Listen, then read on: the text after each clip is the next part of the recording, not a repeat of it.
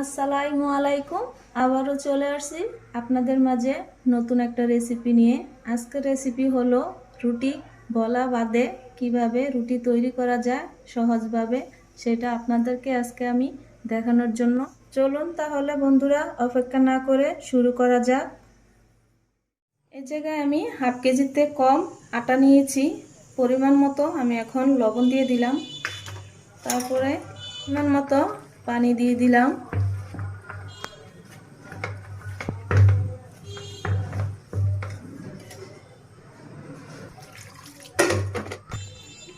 দেখুন একদম পরিমাণ মতো ওইভাবে আস্তে আস্তে বাটারটা এভাবে গুলিয়ে নিতে হয়। এভাবে পাতলা করে গুলতে হবে, কোনো গিটলা থাকতে পারবে না। এই যে এইভাবে থাকবে। একদম আমার রুটির ইয়াটা হয়ে গিয়েছে, তৈরি হয়ে গেল। এটা আমি এখন রুটি বানিয়ে আপনাদেরকে দেখাচ্ছি। এই যে মিশ্রণটা এইভাবে আপনারা করে নেবেন।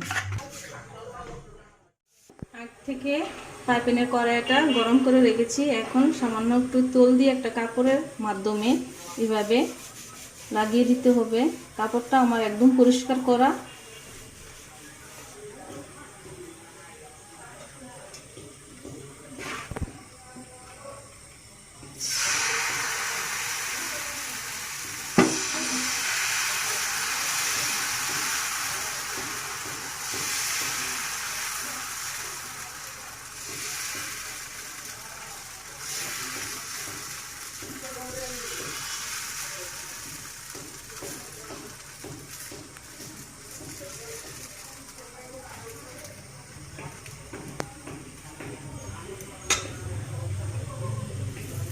তারপরে আমি ঢাকনা দিয়ে ঢেকে দেবো কয়েক সেকেন্ডের মতো। এখন আমি ঢাকনা উঠিয়ে এইভাবে উল্টিয়ে দেবো।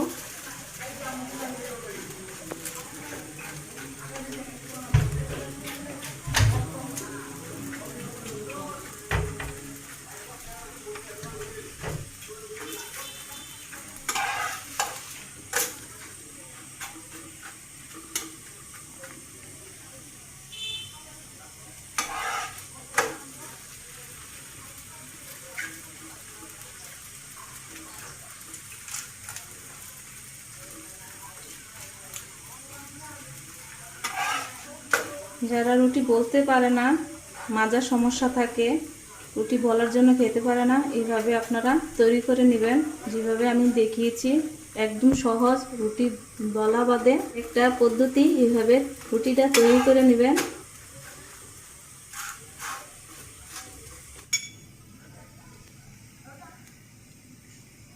দেখুন রুটিটা কত সুন্দর হয়ে গিয়েছে। এই রুটিটা খেতে খুবই নরম তুলতুলি।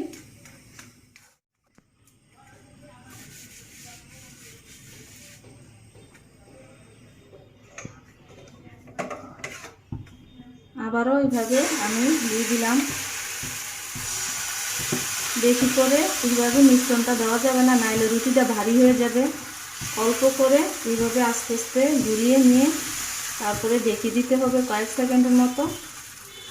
ঢাকা দেওয়ার পরে উঠিয়ে উল্টিয়ে দেবেন। দেখবেন রুটিটা অনেক সুন্দর একটা রুটি হয়ে গিয়েছে।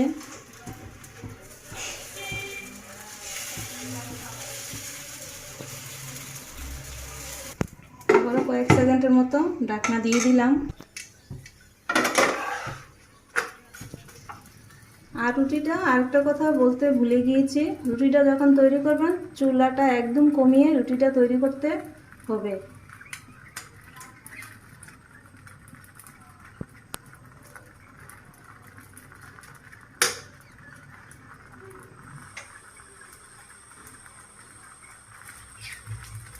বেশি সময় লাগে না, আপনার 5-6 মিনিটের মতো রুটি বানানো হয়ে যায়।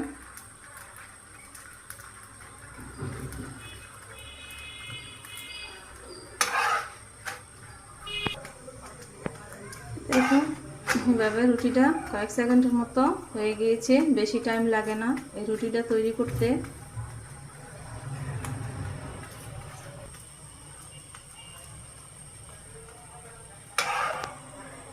তৈরি হয়ে গেল আমার আরেকটা রুটি।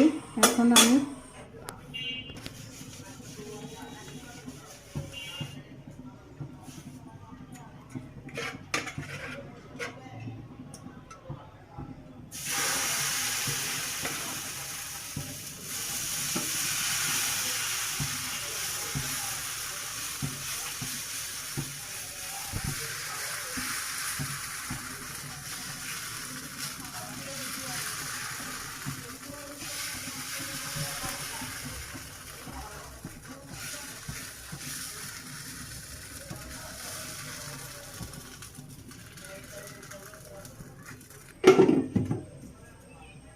আবার ওইভাবে ঢেকে দিলাম কয়েক সেকেন্ডের মতো।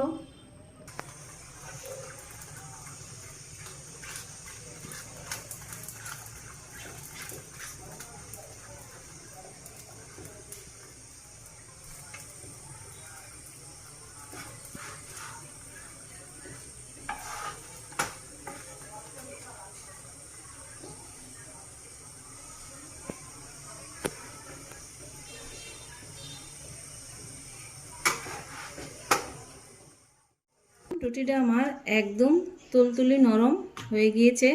ডাউল ভাজি, সবজি ভাজি, ডিম ভাজি দিয়েও এটা আপনার রুটিটা করে খেতে পারবেন। আজকের রেসিপিটা আমার কেমন হয়েছে কমেন্ট বক্সে কমেন্ট করে জানাবেন। আমার ভিডিওটার মাঝে থাকার জন্য আপনাদেরকে অনেক ধন্যবাদ। আজকের মতো এই জায়গায় বিদায় নিচ্ছি। ভালো থাকেন, সুস্থ থাকেন। আল্লাহ হাফেজ।